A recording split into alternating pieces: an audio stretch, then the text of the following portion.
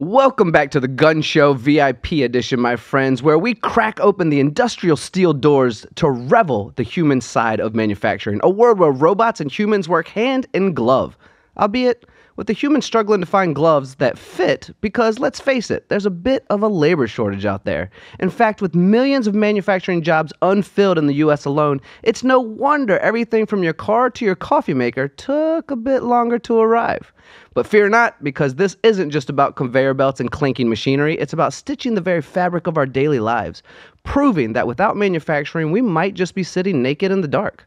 And while we're on the subject of diversity, it's high time we dialed up the inclusivity, not exclusivity, but inclusivity, because bringing more women and diverse talents into manufacturing isn't just nice, it's necessary.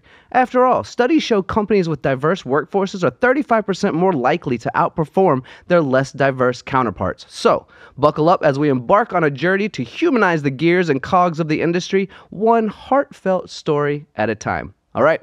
Now that we've been real serious, bad joke of the day. And this one actually doesn't go with a question and answer. Christian, I know you're disappointed because neither of us ever get them right. This is just going to be a statement. So, bad joke of the day.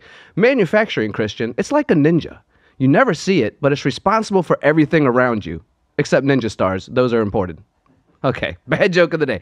All right, now that we've moved on from that, let's just go ahead and thank the MTDCNC team and absolutely our sponsors, IMTS and EBITDA Growth Systems. Thank you for everything you're doing. If you're just listening for the first time, IMTS is coming in September this year. It is the largest manufacturing trade show in the country. It happens every 2 years. Be in September in Chicago. We hope to see you there. If you're just tuning in for the first time, EBITDA Growth Systems is a consulting company that guarantees they'll double your profit within 3 years.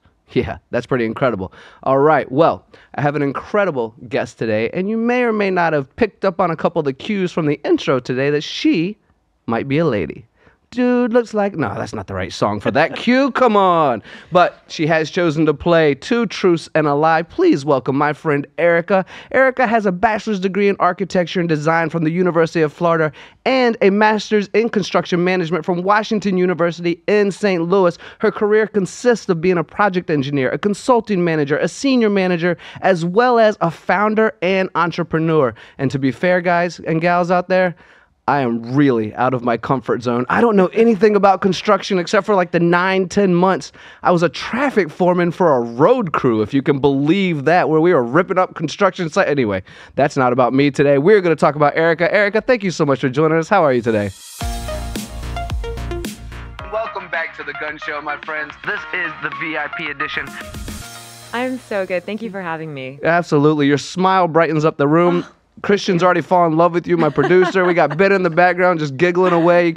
We're bringing a good energy today. I want to talk about you, your journey, your story. Mm-hmm. I know it's not specifically exactly what we normally talk about here, but you are an inspiration, and I want to connect those dots because as a woman in a profession that is majority male-based, I think we can connect those dots between what you're doing and what you have done and what we talk about here a lot. So let's go back to your teenage days, if you don't mind, and start talking about, did you know what you wanted? Was this the plan to be where you are today? Did you have any idea? Oh my gosh. When I was a teenager, I wanted to be a professional ballerina. So very far from where I ended up now. But I think I always knew I was always really into math. And I also loved the creative writing side. So I had like this design side and I had this like structure side. And it just was like, oh, let's marry the two, architecture. Nice. So that kind of came out of me filling in like, all right, what major do you want? When I was at preview at University of Florida, I was like, oh, I guess this kind of makes sense. This bridges all the gaps. So I got into architecture, which led me down my journey, not really understanding what it was, but just having a general interest in creativity and math. That's how it started. Well, you seem like a creative person already, and I don't usually use the word God in just regular sentences, but God bless you, you know? Thank you. Sometimes I say Thor bless you, you know, just different things, right? I'll take it. Right. But you've decided along this journey to continue the pursuit of excellence in a world where a lot of women aren't currently in, and we'd love to see more. Don't get me wrong. Yes. Every day, I as much begging as I can do, I try to beg for it on a global platform, but we don't always see it. So what's that been like? And we're going to step backwards again and go through some of the careers that you've done. Autodesk is one of them, which really connects to my industry also. But I really want to just quickly dive into what that's been like. Has it been empowering? Has it been scary? Has it been trying? What adjectives Yeah. would you use to? All of the Yeah. above. All of the above. I remember being in my condo where I lived in St. Louis. I was in grad school. I was getting my master's in architecture and I was freezing cold. It was like 0 degrees. I'm from Florida, so that was really hard for me. And I was with my roommate who lived with me at the time, and we both were just miserable. We were basically CAD monkeys behind a computer screen, just trying to get I think it was like our midterm or whatever it was done. And I walked in his room and said, I don't want to do this anymore. I'm miserable doing this. Funny enough, I was really resisting using AutoCAD and Revit and full circle, where my journey ends up there. And I said, what can we do? How can we change this to something that we didn't just waste 4 years of our lives in undergrad? And we met with our counselor and he was like, why don't you try construction management? Like a lot of people that were doing architecture, they were also double mastering in construction management. And I immediately was like, yes, I want to do that. And I remember him saying there's not that many women in this industry. And I was like, and that's also one of the reasons why I want to do it. So it seemed like an opportunity for me because I am someone who kind of an overachiever and I like to push myself. And if I'm going to do something, I do it with excellence. So it felt like an opportunity for me to really show up not only as an individual in that industry, but as a woman. And to do it on behalf of other women and to really shine because I wanted a challenge and I wanted to be able to keep my architecture background and roll it into something new. So for me, it started off as yeah, I'm definitely doing this because this is something that most women don't do. Not having any idea what I was really getting myself into, but wow, what the best decision I made at that time in my life. It's interesting, and again, we will dive back into the school stuff, but I find this area so fascinating, and I know there's so many women out there that listen to this show that probably want me to take this opportunity to dive into those questions more if it's okay with you. And it's simple things like, what kind of advice would you offer a young lady out there? What kind of advice would you offer someone who's maybe looking to switch careers in a more traditional role, let's say? Any of these kinds of advice as a woman in the position you're in, I'd love to hear about. Absolutely. At that point in my life, like I said, I was coming in, I didn't really know what to expect. And looking back on it, hindsight is 2020. I feel like the best advice that I can give is really what I ended up doing, which is leveraging technology to help you to make yourself invaluable. So whatever you're doing, but specifically in construction, construction's not really known as being the leading edge for technology, right? All of their stuff is old and antiquated as far as their processes. It's getting better. It's getting a lot better. The past 10 years has been a huge change for the industry with the iPad being invented and having all of your digital plans right there in front of you. But prior to that, I think what helped me move along in my journey with that was because I recognized that technology could be leveraged, and I taught myself an app that allowed me to be the keeper of all of this digital knowledge, and everyone on the job site had to come to me to get that information. So I made myself really valuable on that team and at that company. And then when people had questions, not only about the job, they had questions about the tech, they came to me. So when I eventually left and moved into tech, construction tech, a lot of people were like, oh my God, what are we going to do? It was a big thing. They really felt, I think, the lack of me being there just because of the technology and all of that I managed while I was working in construction. And that's part of the current platform that we will get into. It is. Would you mind, I'm going to prepare a situation for you, Okay. if that's okay, Erica. And let's say that I'm a young lady out there and I'm rolling my trucks around and then somebody comes by and yanks that truck out of my hand and gives me a doll. Yeah. What do you say to those young ladies out there that want to pursue careers in your footsteps, very similar to how you've worked?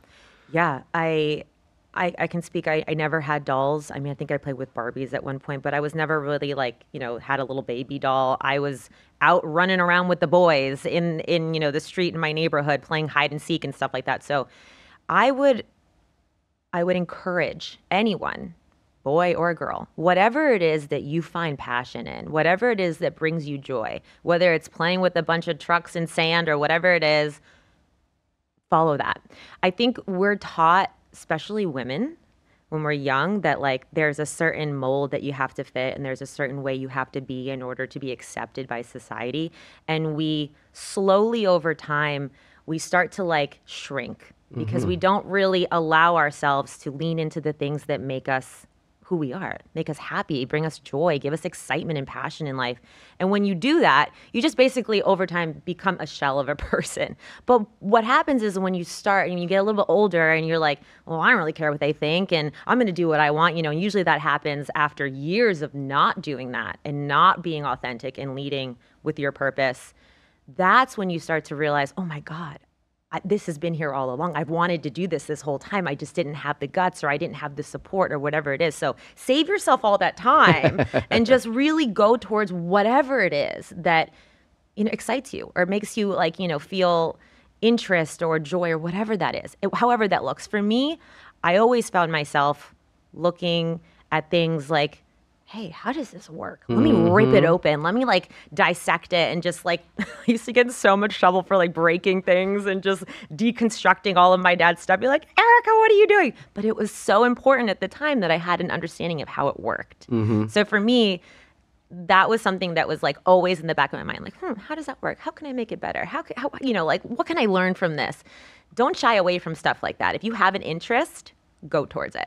It's great advice. I'm going to give you a high five. Thank you. For those who can't physically see us doing high fives, we just did a high five. High I even five. do a little self-clap right there just so you can pretend. Never mind. We're good. We're going to move on. We're going to move on. But that's really great advice. And I agree with you. So thank you for sharing that.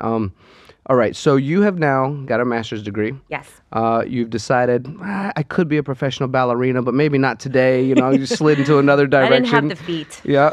So, yeah, me neither. I played a lot of soccer, but I can't stand on my toes or I'm a bad dancer. That's all right. You have other qualities that are great. Well, thank goodness for that. Thank goodness. Thank you for saying that. All right. So you've graduated. You've decided to go into the working world. Let's talk about the experience and expertise that you gained along the way, because what I want to do is build kind of a resume, a verbal resume for you before we introduce to the world your new entrepreneurship, this program you're pursuing. But I want people to understand this isn't just a pretty young lady on a podcast that's, smiling nice and laughing a lot, and now I want to buy her product. No, you're a smart person. And I want to convey that intelligence to the audience. So let's build that platform of what you had done over the years to lead you into what you're doing now. Absolutely. So speaking about women in construction, so when I worked for a GC here in South Florida, Moss & Associates, they were I cut my teeth working construction with these guys. And full circle, now the man who hired me is actually my first client. So we'll come back to that. Okay. But I worked, I was in the Chinese drywall division. It was in 2012, back in the day when all this Chinese drywall was being found out. For those of you who are listening to this and going, what the heck is she talking about? I remember that. There was a lot of drywall that was mined in China, and they hit a sulfur vein. And in that process, a lot of drywall got shipped over to the U.S., and a lot of homes were built using this drywall. And come to find out, oh my gosh, all of that sulfur off-gassing was making people sick. It was ruining all the appliances. So there was this huge class action lawsuit. My company won the bid to remediate homes like in 5 different states. Wow. So I came out of college, and there was not a lot of work in 2012, like when I was like looking for work, but Moss hired me, and they hired me. It was like a group of maybe like 15 to 20 of us, and there was one other woman working there. It was just me and her. And Guy, who was my previous boss, he put me right next to her. So we were like kind of in the back doing our own thing, and then the guys were like all running around. Around you too? Yeah, kind of. We were in the back, and I appreciated he put me next to her, obviously. But it was just like so funny. It was like all the guys, and then there's the women in the back.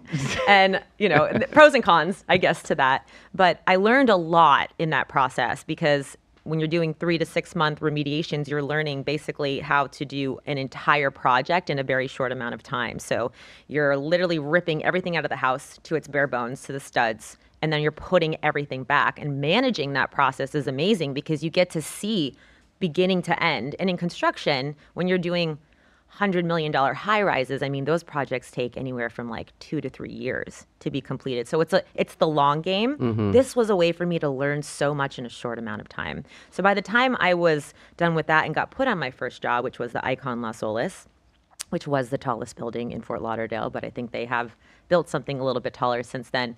That job, once again, surprise, surprise, I was the only woman on the job site. And at first, I remember, you know, people walking in and being like, can I have a cup of coffee? Or Did they? oh yeah. Or like, hey, they assumed I was accounting. Hey, can I get my check? And I was like, oh, I'm actually your project manager. I'm leading your trade. It's kind of fun to say that, wasn't it? Oh, so good. It was like, I was like waiting for them to ask me for something that I didn't have, you know? But I learned so much, and I love working with men. I really do, because men are really straightforward. If they like something, they say it. If they don't, they don't. And there's no like reading in between the lines. So I learned a lot. I learned a lot from interacting, from watching. I mean, there are people in the construction industry, which I'm sure the same with manufacturing, that just have so much knowledge that they've gained over the years from building, like, you know, 100-story buildings. And there's so much that's specific to Florida in construction than in other areas. We have so many different like laws and different material that we use, and figuring out procurement, how long it takes to get everything there, and then managing the actual construction. So on that project, I did windows, doors and hardware, pool and spa package, waterproofing, and then I did all the document control, which led me to be using this new technology. It was this brand new app that came out. It was called PlanGrid. It was a startup out of San Francisco. It came out around the time the iPad came out.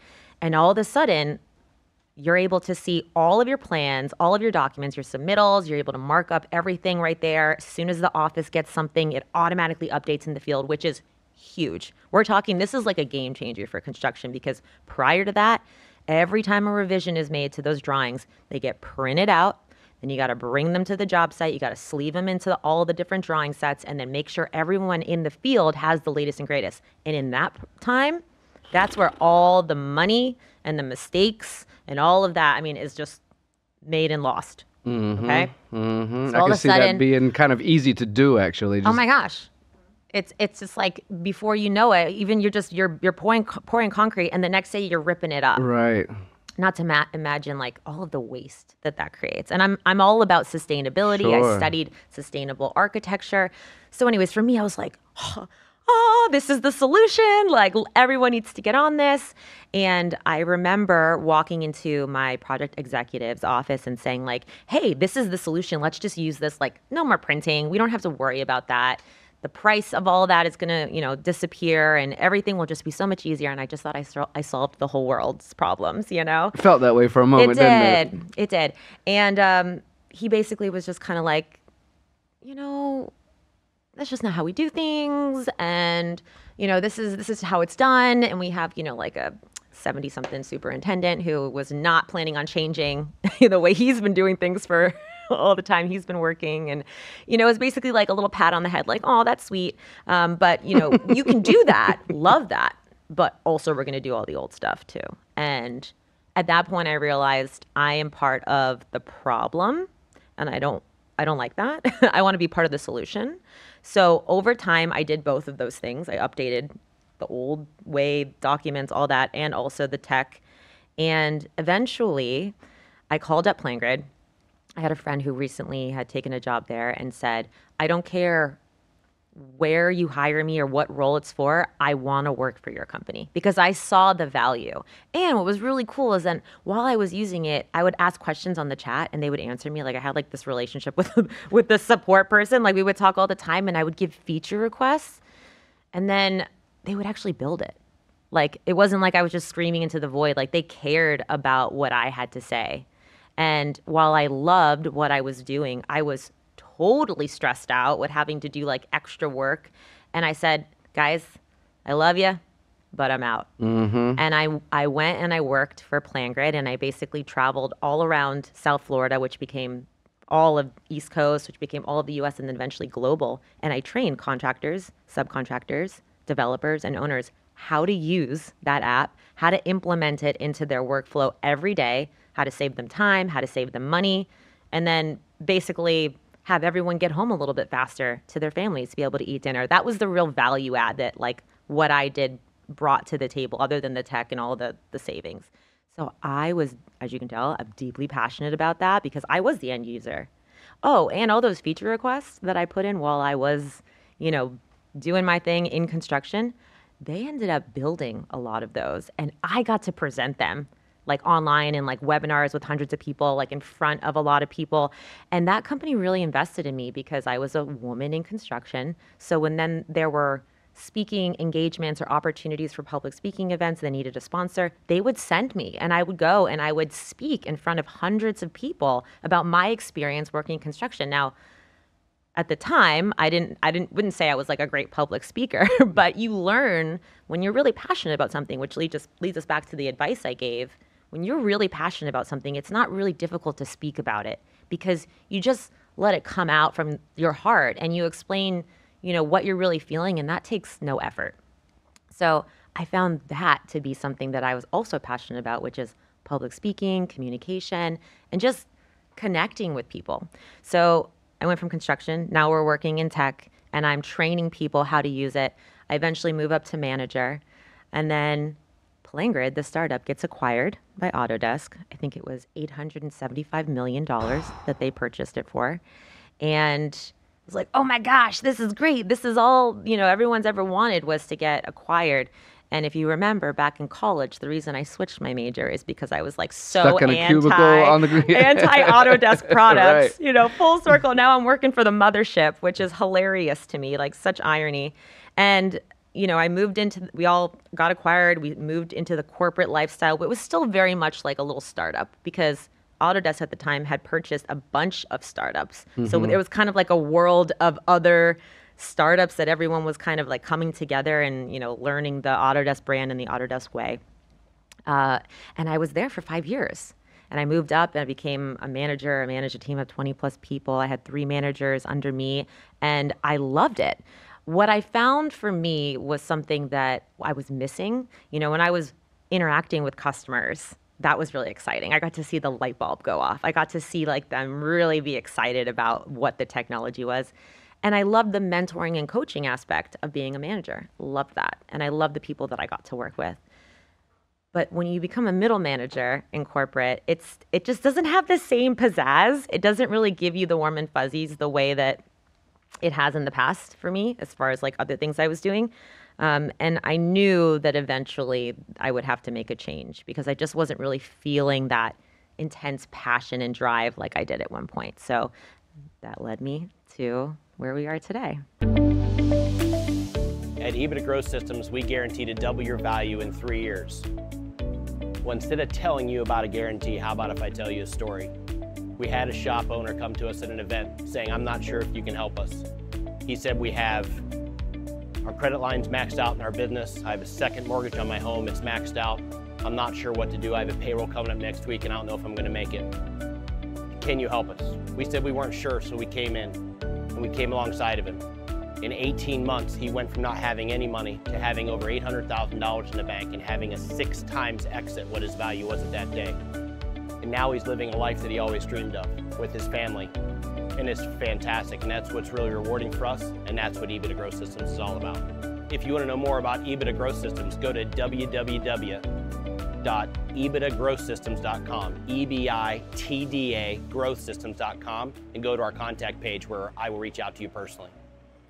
All right, so we're going to make that change, and I've been listening to your fascinating story, and I'm trying to collect all the questions I have and remember them as we go along. And some are one answer, one small question with a simple answer, and some are a bit longer. And it's going to seem like they come out of nowhere because you had such a fascinating story. Yes. But I am actually going to go back about 10 minutes when you were talking, and the first part was when you were ripping out all the drywall at the very beginning. Oh my gosh. Did you get to physically do that? Because that sounds like a great stress reliever. Oh my gosh, Did you get the demo? I didn't. At the time, you had to have kind of like a hazmat suit to go in and rip that out. So that was almost not like something I was asbestos doing. or something like that. Exactly. Yeah, that's right. Okay. Yes. The other one is you mentioned there's different rules here in Florida when you're constructing. Does it have to do with the sun, the soil, and the hurricanes that come through here? Is that Absolutely. The flood zones, especially the materials you're using. Like if you go up to New York or anywhere on the upper East Coast, they're using a lot of steel. We use a lot of wood. We use a lot of poured concrete. We use a lot of stucco as exterior finishing. So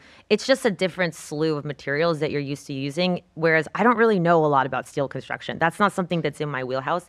I know a lot about post-tension, like with construction, with concrete. So that's what our slabs were at the Icon. So it just depends where you are, what's being done, what like the the cool new technique is and what the architects call for.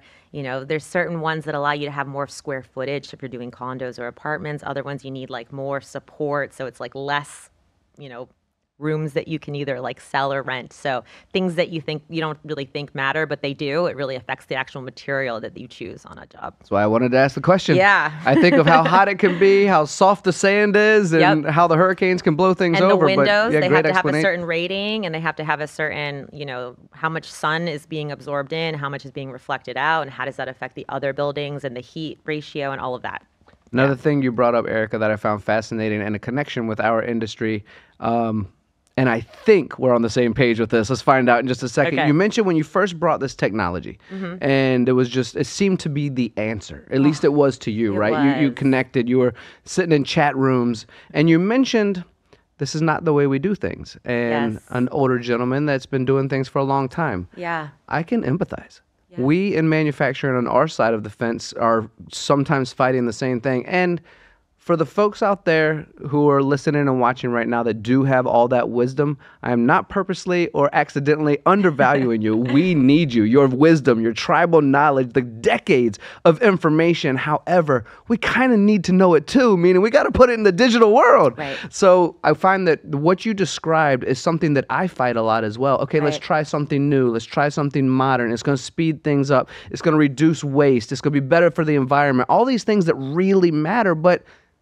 it's not the way we've always done it. And that can be the most detrimental statement for anyone is we've always done it this way, so let's keep doing it this way. Exactly. It's like if it's not broke, don't fix it, but you don't realize it's been broken.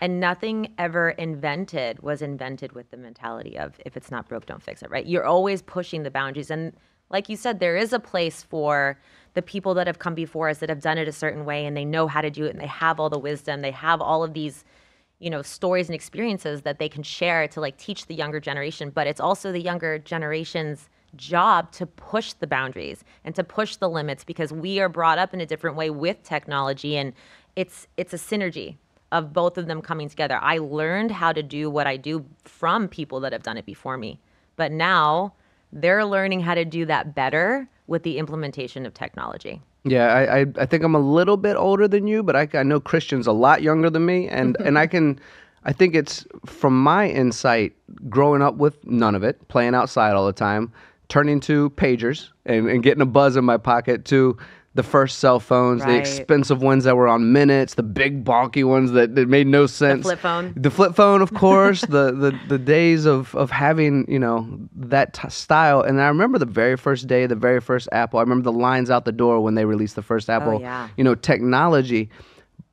And I think being a part of that journey has incredible value to it. But I'm not going to sit here today and say someone like Christian, who's engineering our entire production, that grew up with a phone probably in his hand, and certainly the younger generation, a little bit younger than him even, they have all the tech. So why wouldn't we embrace that type of environment and say that somebody might be able to do or bring something better to our lives, right? Totally. I think that's also like it gets into, you know, something like AI. I think there's this idea about like AI. People are afraid like they're gonna take our jobs, or you know, it's like the South Park episode. Yeah, you know? Of course. Yeah, and for me, it's like, no, absolutely not. It's there for a reason to make everything more effective and efficient, productive, save you time, save you frustration. And if you look at it as, you know, the younger generation or AI or any tool that you have, it's like a tool in your toolbox, right? Like you can use a hammer or you can use, you know, a nail gun. Which one would you prefer to use? Well, maybe one person wants to use the hammer, but I'm using the nail gun. Like that's just my... I'm trying to do things faster, right? Or more efficiently. So I think there's place for all of it, but I think specifically in construction and from what it sounds like manufacturing as well, it's important for people to stay open because that's how new procedures and processes come in, and that's how things get, you know, more efficient, more faster, you know, moving into the digital age and beyond, and you're able to make more money and things are safer and all of the above. Since we're on the topic, and this is not something I've previously discussed, but it feels like the right moment. Okay. How do we speak to people, help people open their minds for a situation that either it's a scary one or it's a new one or or even I'm going to retire in the next couple of years, so I don't need to learn it. Whatever avenue it might be, how can we convey the messages in such a way that will allow someone to open up and just try? How do we do that? That is such a great question. And I can tell you from someone who had to do this on a daily basis, because I would have to get in front of a room of anywhere from 10 to 50 people, most of them ages 50 and up. They want to be on the job site. They don't want to be in there for the training that I'm about to do. They look at me like, who the heck is this chick? Why am I here? I don't want to listen to anything she says. I can't even get into my iPhone, let alone use this. What's my Apple ID? I'm like, oh gosh, How do I do a selfie? Right?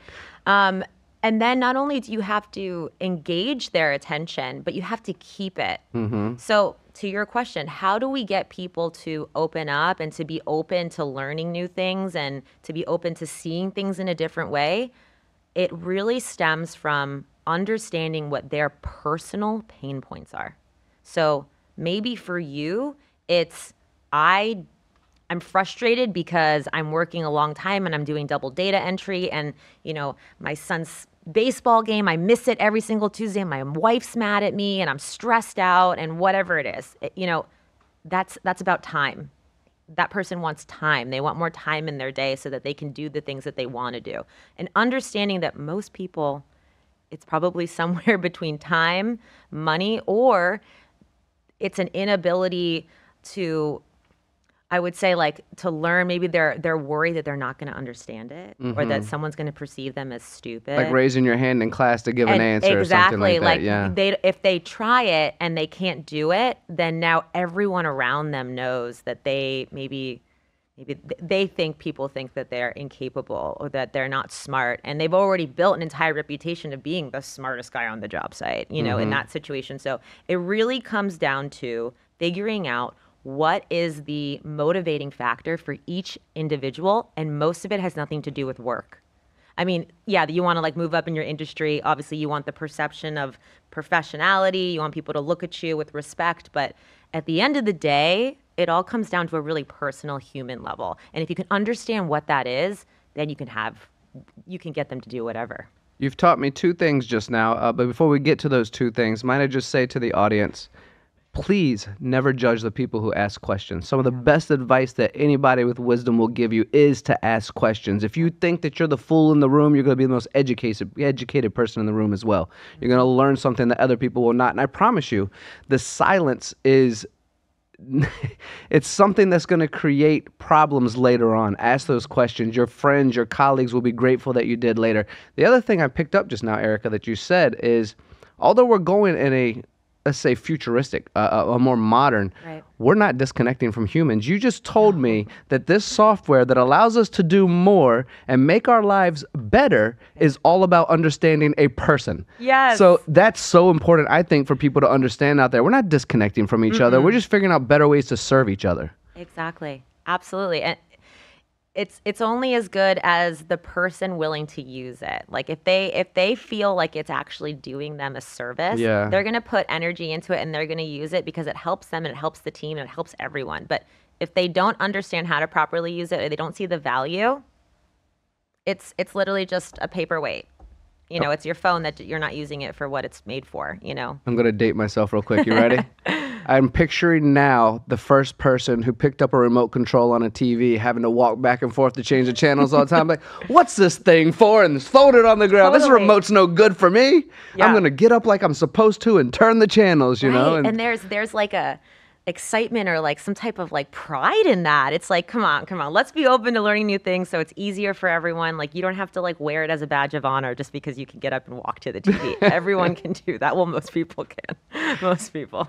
So, all right, you've given me enough time to go back to all the questions I wanted to ask you from that great story that you had. So I want to talk about the now. I want to talk about what you're doing now, how you can help people now, how the Gunn Show and MTD can help support your reach in your entrepreneurial path to, just continually help you do good and grow, because you are an inspiration, a woman in your world. We need more of you. And if we can do a small part to enhance that platform, even though I know you've graced us with your presence after doing all the keynotes and being a global traveler and a professional ballerina, if we can do anything to help you, I want to do that. So I would love to learn more about what you're doing now and how you can help the folks out there. Hey everybody, Mike Franz here with Shop Floor Coffee.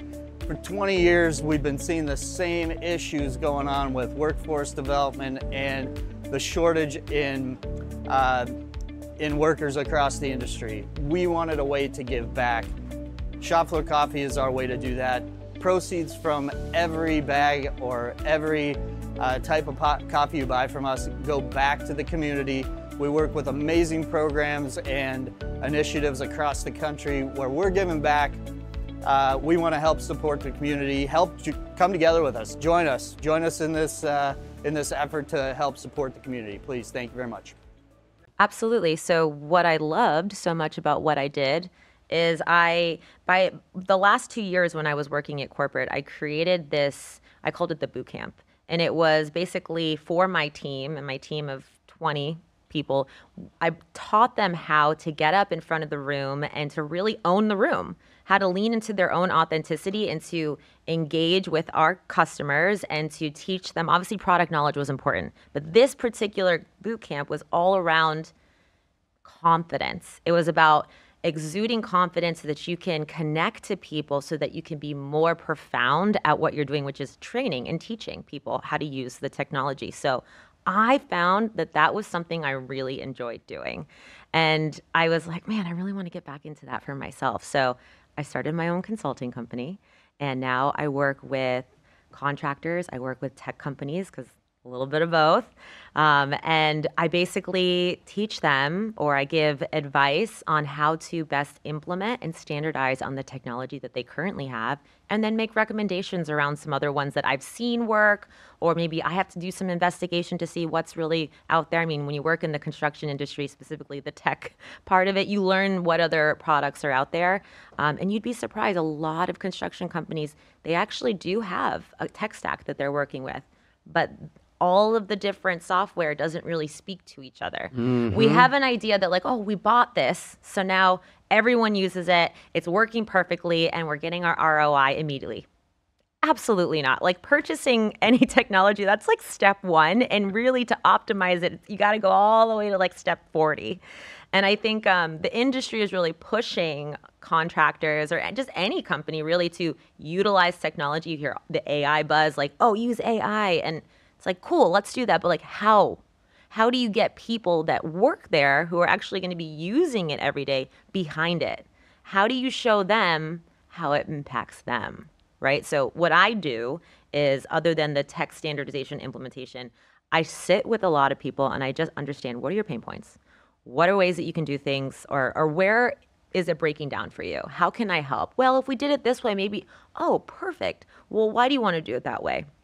Well, these are the reasons. Okay, so it's actually not, you have to do it this way, but this is where you need to go. And understanding everybody has their own way of doing something, but if you can get everybody to buy into a standard, and not everyone has to like it, but everyone has to understand the reason why. It's like when you're a kid, right?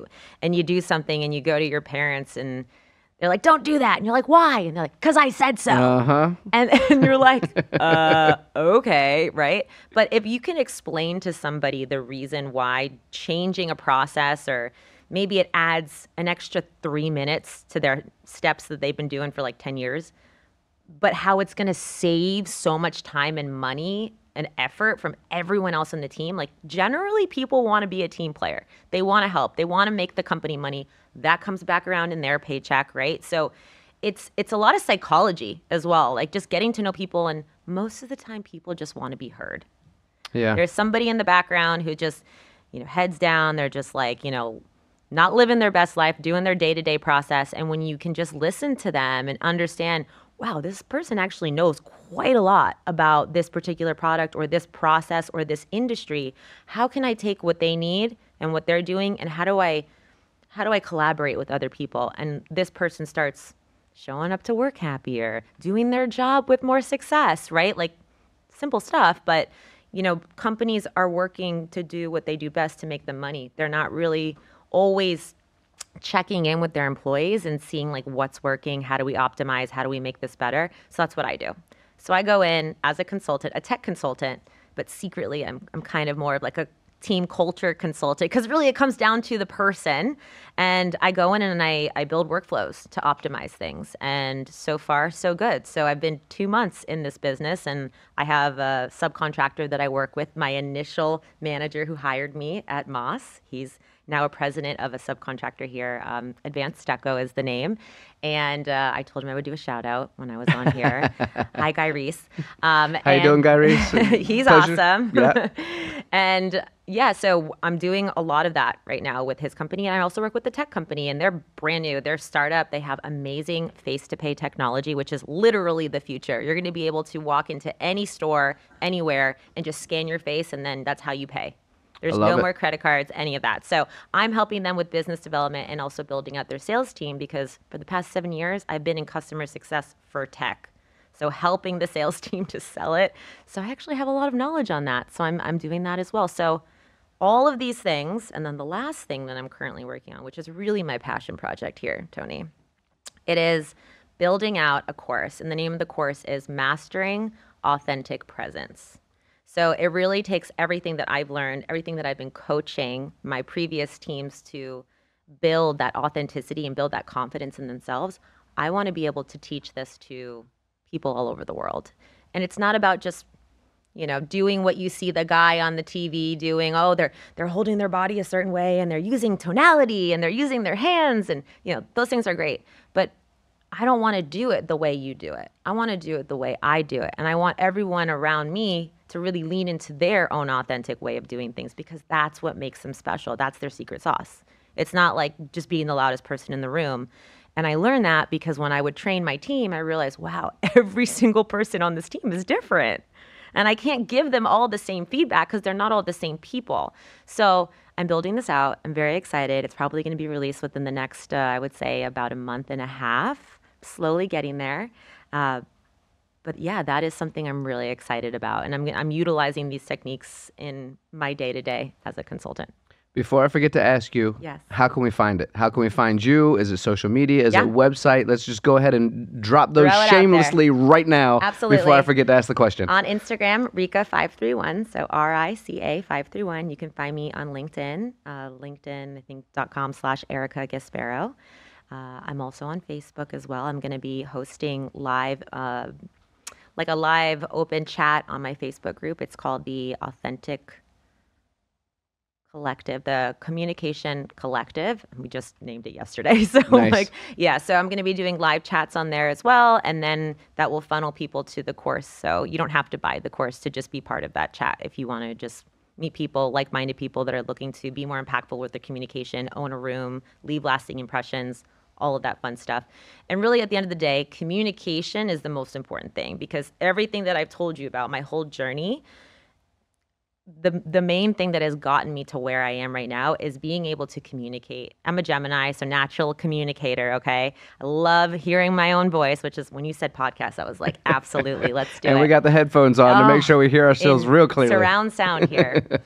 But there are people, and I've seen many of them, whether it's in tech or in construction, that are so skilled at what they do. I'm talking like years of experience, and you see them like with Excel, or they're in their project management and they're doing their thing, and then they're out there in the job site and they're running the job and they have all this knowledge, but they're not able to excel or grow in their career because they're not able to effectively interact with people around them. And it comes down to communication. If you want to grow, if you want to be respected, if you want people to follow you, and you want to be a leader, you have to be able to communicate. It doesn't matter how smart you are, how much skill you have. So you take two people, one of them has 10 years of experience, maybe 20 years of experience, knows their industry like the back of their hand. Another person, maybe 3 to 5 years of experience, still a little green, but master communicator. That person's going to go way farther, a lot faster, because people can connect with them. People get behind them. People find excitement being around them. So yeah, that's my little shtick on communication. And I find that for me, really owning that, you don't have to have the answers to everything. You don't have to know everything, but you have to be able to communicate. And ask questions. And ask questions. And ask Lots questions of questions. again. And I ask questions all the time. I think that's really valuable. And I'm not sure exactly how I feel about someone with 3 to 5 years being able to grow quicker than someone with 20 years of wisdom, but you're not wrong about it. I know. It's the way. And being a master communicator has done a lot of good things for a lot of people. And there's a reason why a lot of really intelligent people with wisdom that aren't great at communicating hire PR. And we go about it that way. So you're not wrong. I just don't know how I feel about it emotionally. I didn't say it was fair. I want to ask you a question, and this will be our last question before we go into 2 truths and a lie. Okay. And I don't know if there's an answer. I think there might be. And you can frame it however you want, but it is about being able to find our authentic selves. I know it's a passion of yours. Yes. And I think that a person needs to find their authentic selves individually. From what I've learned. But if you were going to try to give a more general overview of how people in general could search for their authentic selves, to have the courage to be truly who they are, to take the masks off that society has placed on them, what kind of advice would you offer for that? I would say step 1 is it's all mindset, right? So before you're able to start really digging in and making change in if you have something that you want to be, but maybe there's reasons that you're not, or you feel, you have these limiting beliefs. We all do. Maybe one of yours is, I'm shy. I'm an introvert. I am shy and an introvert. Okay. Yeah. Right. And that may or may not be true. If you think about what is the most powerful thing in this universe, it's belief. Because whether you believe it or not, that's your truth, right? If you believe something to be true, it's true. If you don't, it's not. So belief is the powerful thing.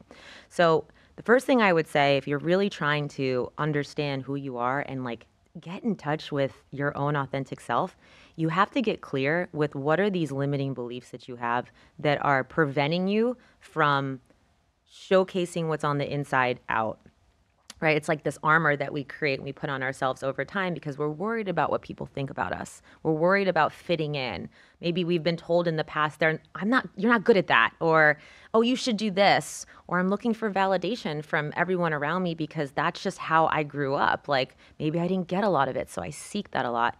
And over time, you make these small decisions every day, and you realize when you get to a point where you're really unhappy, you go, man, why am I doing these things? And it's because you've been trained to do them over time. So the very first thing that I would suggest is getting clear on what beliefs you have around yourself that don't serve you. So if the belief I'm shy serves you, that's cool. Like there's no wrong or right here, right?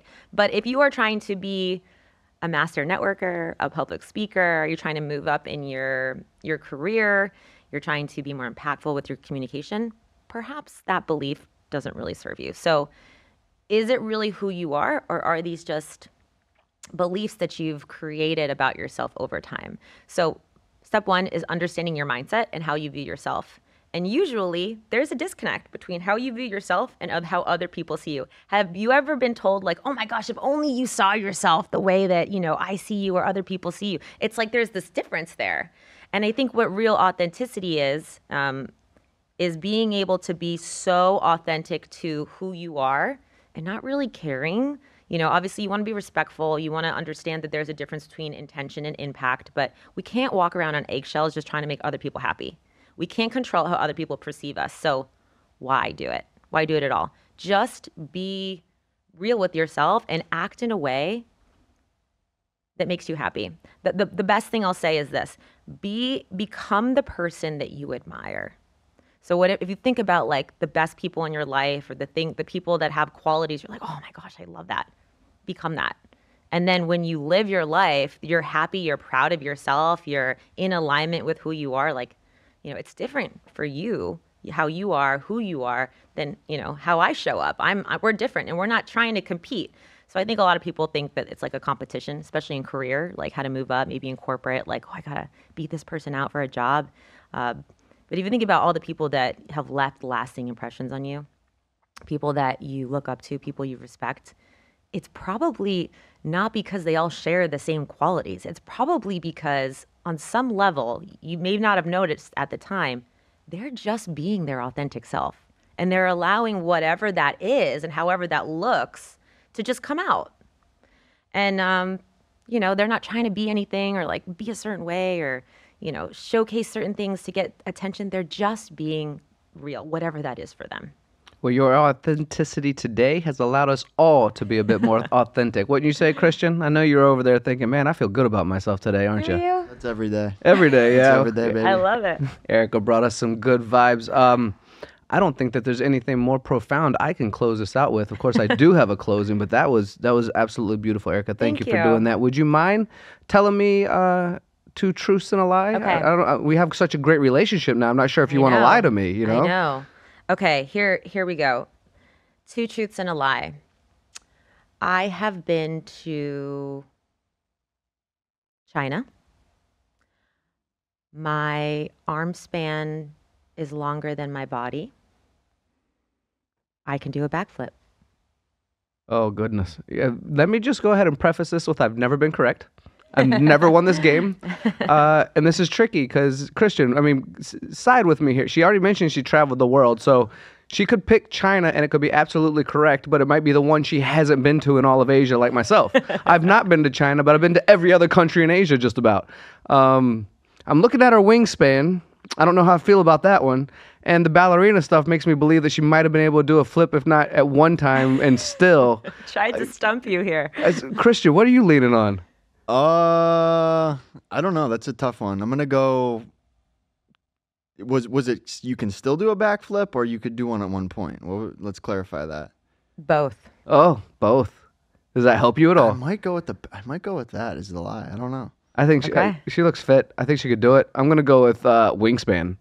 I think you've been to China. I have been to China. I can't do a backflip, Oh, Christian, you got it. but my arm span is longer than my body. Oh, goodness gracious. Well, Erica, you've been an absolute pleasure. Oh, thank you so I know much. you're practicing sobriety this month, and when we do a Yes. cheers at the end, but I do want to salute you and appreciate you for being exactly who you are and what you're bringing to this world and what you've brought to this podcast. If there's any last messages, kind of like a toast you'd like to say, you're welcome to utilize that now before I close out. Absolutely. I'm going to do this one to all the women that are listening. And if you are thinking about moving into a space, whether it's construction or technology or anything that you feel is a male-dominated industry, here is your message from the universe saying, do it. Did you know, Christian, that Erica's code name is Universe? Not. But now we know. For those Message who from the needed to hear universe. Message from Erica. All right. Well, that wraps up another riveting, I hope it was riveting, episode of the Gunn Show VIP edition, where we've once again drilled down into the heart of, well, today was construction, not manufacturing, sparking a fire in the bellows of innovation and inclusivity. Remember, manufacturing is not just about turning gears and tightening bolts. It's about crafting the future, one precise, calculated, and sometimes hilariously miscalculated step at a time. In a world that never stops manufacturing dreams, remember this. Manufacturing is more than just putting parts together. It's coming up with ideas, testing principles, and perfecting the engineering as well as final assembly. In today's whirlwind of innovation and diversity, your time is the most valuable resource you have. It's the one thing you can't manufacture more of. So, we're incredibly thankful that you've chosen to share some of yours with us today, helping us stitch together a vibrant tapestry. Sometimes I mispronounce these words. What did I mess up the other day? I can't remember. Anyway, if you're watching the podcast, put it in the comments. All right, back to the vibrant tapestry of voices in the manufacturing world. As we shut down the conveyor belt for now, let's continue to break molds, shatter ceilings, and most importantly, laugh our way through the challenges, because when we infuse our work with joy, the impossible starts to look like a blueprint for the future. Keep building, keep dreaming, and keep laughing. Until next time, keep making manufacturing and construction fun again. This is the Gunn Show VIP edition signing off. Keep gears turning and chuckles coming. We appreciate you all.